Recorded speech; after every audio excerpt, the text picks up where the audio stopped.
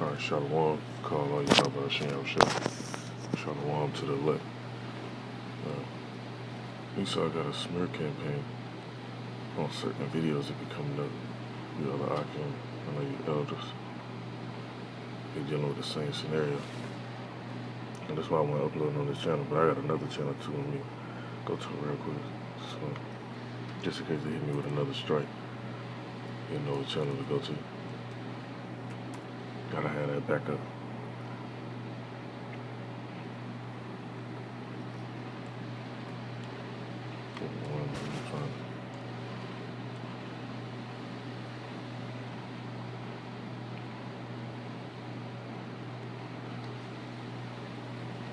Right. So you see exactly where it's at. And I'll be uploading some more videos on it too as well. Just how I used it because they put a block on it. Well, they took the channel down for a minute so I couldn't upload nothing. And now it's straight now. But yeah, man, you still don't want this information coming out about the you know what. And they deem it as medical misinformation. Let me go to the email that I got about it. In 1 minute. Just go to full spectrum. Because everything that was on there was actually facts. It wasn't no misinformation about it. Say YouTube is a safe place for all. If content breaks our rules, we remove it. Now you got all type of madness all over the net. All over, mainly, primarily YouTube, and they definitely don't remove it. But something like this, for some reason, it's ruffled Esau feathers. It say doesn't allow claims. It doesn't allow claims about the Crown Royale, the vaccinations. So they contradict expert consensus from local health authorities of the World Health Organization. You know it's a bunch of bullshit because if it wasn't true, there wouldn't be no big issue. But see what it is, you putting out some true, valuable information. That make people question stuff, make people be like, you know what, let me look a little further into this. You know, so I don't have no specific topic for this. In this video, I'll just speak on various topics of what I've been watching in the news. And the thing that I actually was going into was this. Why would they have this popping up now simultaneously while they got this going on? You already know why and what it's leading to. Don't take a rocket scientist to figure it out. Now let's go into this right here though. About this third woe that's coming in. I made a video previously about this. Wondering what's for dinner? Happy Wayfair. Variety is always on the menu, featuring premium deals. World headquarters of RT America in our nation's capital. This is the news with Rick Sanchez. Hi everybody, I'm Rick Sanchez, and I'm here to welcome our viewers from all over the world, including those of you who are watching us on the portable TV app. So something has happened tonight that seems to almost piggyback. This is interesting, off of comments that have been made by those who are critical of the US's military exercises in Taiwan and, of course, in the South China Sea. It's been an ongoing story, right? So what has often been asked, rhetorically, of course, is how would we like it here in the United States if tomorrow, for example, suddenly the Chinese military showed up off the coast of the United States to do military exercises or close-up reconnaissance operations? Interesting question, right? Well, I say that because tonight, interestingly enough, it appears the question is no longer rhetorical. The Global Times, which is essentially a mouthpiece for the Chinese government, is actually calling for just that. This is an editorial that seems to be written as a threat that says, and let me quote it for you, the U.S. will definitely see the PLA, the People's Army, essentially, show up at its doorstep in the not-too-distant future.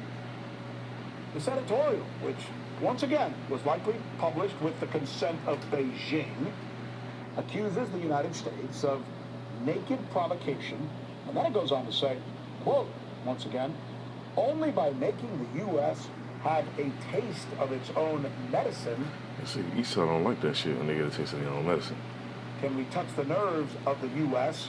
and its allies and reshape the Western world's understanding of U.S. bullying in the South China Sea? So, should the United States State Department see this as a direct threat from China? And if so... Let's see. They see it. They know what the fuck going on. Let me go to this preset real quick. I'm going to play that more. Play more of that video. I'm going to go to another one. They know exactly what the fuck going on. Just as well as I'm sitting here knowing what the fuck going on, the top elites, they know what's going on too. Let's see. Go to it.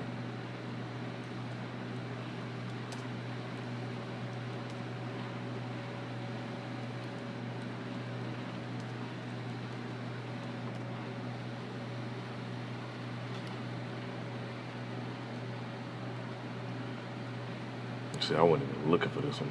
This is a perfect precept right here. Some Jeremiah, chapter 40. And I'm gonna go to the book of Obadiah. That's what I originally was looking for. But this even better right here too.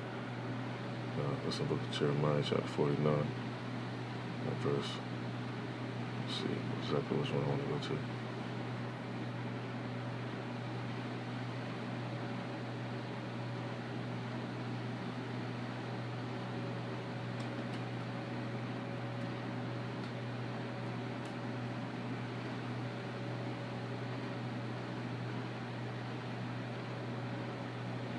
Yeah, it's crazy that it's talking about China too, because you got Ammonites, Moabites, basically primarily over in that region. So I'm just reading on down from this and see. In verse 2, book of Jeremiah, chapter 49, therefore behold, the days come, saith the Lord, that I will cause an alarm of war to be heard in Rabbah of the Ammonites, and it shall be a desolate heat, and her daughter shall be burned with fire, and shall Israel be heir unto them that were his heirs, said the Lord. How, O Heshbon, for I am spoiled. Cry, ye daughters of Rabbah, gird ye with sackcloth, lament, and run to and fro by the hedges, for their king shall go into captivity, and his priests and his princes together. Which this definitely happened before, and it's going to happen again, because you had Ammon and Moab and the garrisons up under the Bayal Dawodah, the house of David. It's going to happen again. It says, wherefore glorious thou in the valleys, thou flowing valley, O backsliding daughter, that trusted in her treasure, saying, who shall come unto me? Behold, I will bring a fear upon thee, saith the Lord of hosts, from all those that be about thee. He shall be driven out, every man right forth, and none shall gather up him that wanders. And afterward I will bring again the captivity of the children of Ammon, saith the Lord. Now, the main suspect in all this shit, Esau, the judgment on Edom. Now it says concerning Edom, thus saith the Lord of hosts, his wisdom no more in Teman, which is talking about one of the houses of Esau. So you mentioned Esau, you got Edom, Teman, Amalek, and so on and so on. It says, his counsel perished from the prudent, as their wisdom vanished. And see, they were wise to do wickedness. They weren't being wise, trying to be righteous. If they were, the earth would be in a different state. Now, verse 8, it says, flee ye, turn back, and dwell deep, O inhabitants of Judah, for I will bring the calamity of Esau upon him. The time that I will visit him, if grape gatherers come to thee, will they not leave some gleaning grapes at thieves by night? They will destroy till they have enough. What I have made Esau bare, I have uncovered his secret places, which you see right here.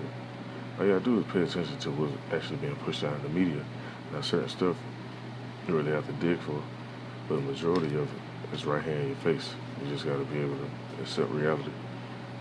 Now it says, he should not be able to hide himself. His seed is spoiled, and his brother and his neighbors, and he is not.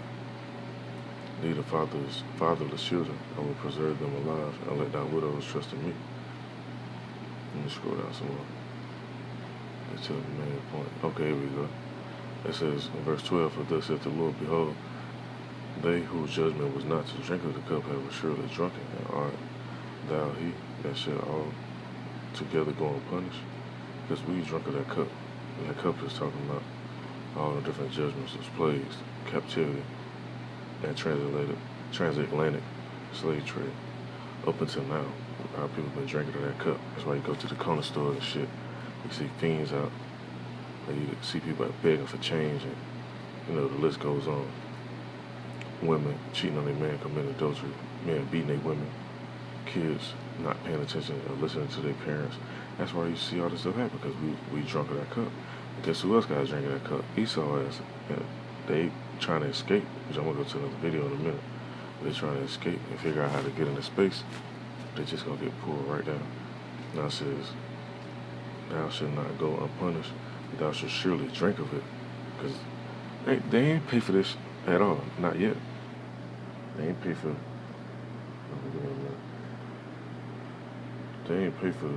what they did. Now they have stuff in talks and shit talking about reparations. Fuck that. The real reparations is when we get the kingdom and we actually be on top. That's the real reparations. Can't no money repay that shit that they did.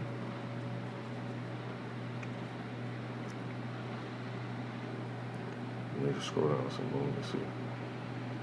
It says, but thou shalt surely drink of it, for I have sworn by myself, saith the Lord, that Bosworth shall become a desolation, a reproach, a waste, and a curse, and all the cities thereof shall be perpetual waste. It says, I have heard a rumor from the Lord, Yahweh, and an ambassador is sent to the heathen, saying, gather ye together and come against her and rise up to battle. That's what you see going on. And they're not the only ones. I seen another video. You got Russia, which I'll try to find it in a minute. I ain't queue it up. Then you got Russia testing out nukes and submarines and shit over there off their coast.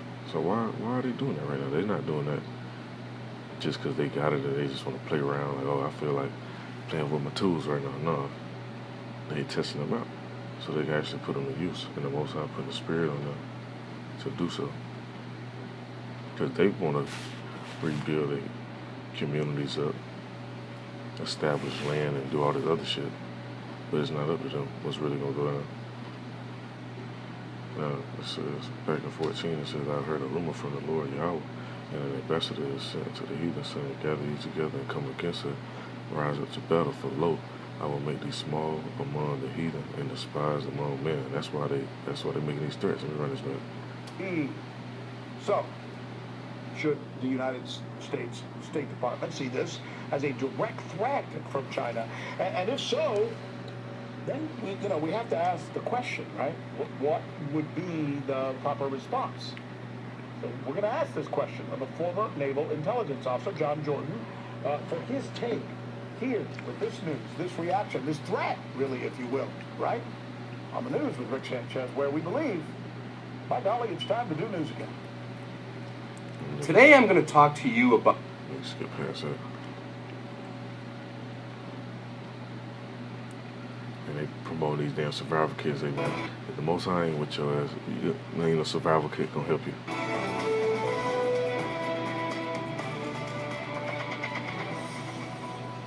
You can have a damn survival book bag on, and that shit gets snatched off or something. That shit, hey, you gotta think a little bit deeper than that. All right, so here's a list of the questions that we think will come to mind for you as you watch this newscast unfold tonight. And obviously the first one is Chinese military off the coast of the U.S. Bluff? Or is that a real threat? A ransomware hack. Let's get to the main point, because I don't hear nothing about no damn ransomware. Yang Jieshi, only by making the U.S. have a taste of its own medicine can we touch the nerves of the U.S. and its allies and reshape the Western world's understanding of U.S. bullying in the South China Sea. The U.S. has long insisted that it has the right to transit and can operate freely throughout the South China Sea.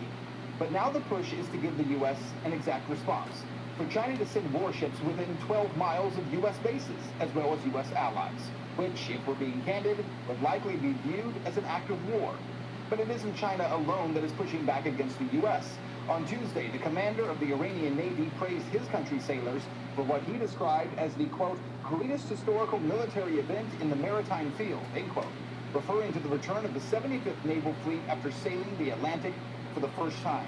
The fleet, consisting of a Navy destroyer and a logistics support ship, traveled across two oceans, the Indian Ocean and the Atlantic, traveling 28,000 nautical miles. The senior official claimed that the mission had demonstrated Iran's confidence on the world stage, but stressed that his nation invited all regional partners to join in on peace and friendship. So what does all of this mean? Well, after nothing short of a failed war in Afghanistan over the past 20 years, and then, of course, a disastrous exit from that country, other nations around the world may be looking to test just how strong and how powerful the U.S. military actually is. Man, you can't make these scriptures up, man. It's still in the book of Jeremiah, chapter 49, verse 16. It says that terribleness have deceived thee, because Esau been running around in every other fucking nation in the world trying to fix. So, well, they don't really be trying to fix. That's just the cover up. They said